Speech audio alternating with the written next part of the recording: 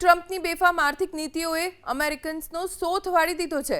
અમેરિકામાં રોજગાર વૃદ્ધિ 13 વર્ષના તળિયે પહોંચ્યો।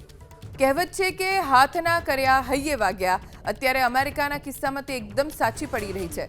અમેરિકન પ્રમુખ ટ્રમ્પના હાથે થયેલા કર્મો હવે અમેરિકન પ્રજાને ફક્ત હૈયે જ નહીં પણ લમણે વાગી રહ્યા છે। અમેરિકન પ્રમુખ ટ્રમ્પે સત્તા પર આવતાની સાથે અપનાવેલી આર્થિક નીતિઓના કારણે અમેરિકન અર્થતંત્ર તેમના શાસનના 1 વર્ષની અંદર જ મંદીના ભણકારા વાગવા લાગ્યા છે। રોજગાર વૃદ્ધિ દર વર્ષ 2020ના કોવિડના સમયગાળાને બાદ કરતા 13 વર્ષના તળિયે 3.3% પર પહોંચી ગયો, જેની સામે બેરોજગારી દર 4.4%ના ઊંચા સ્તરે પહોંચ્યો।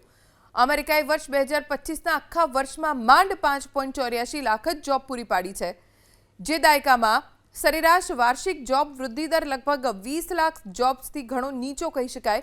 હજુ 2 વર્ષ પહેલા સુધી દર વર્ષે લગભગ 20 લાખ લોકોનું હાયરિંગ કરવામાં આવતું, તેમાં પણ વર્ષ 2022માં તો 40 લાખથી વધુ લોકોને નોકરી મળી છે। આ આંકડા દર્શાવે છે ટ્રમ્પનું અમેરિકા હવે રોજગારીના સર્જનમાં નહીં, બેરોજગારીના સર્જનમાં પણ ફર્સ્ટ રહેવાનું છે।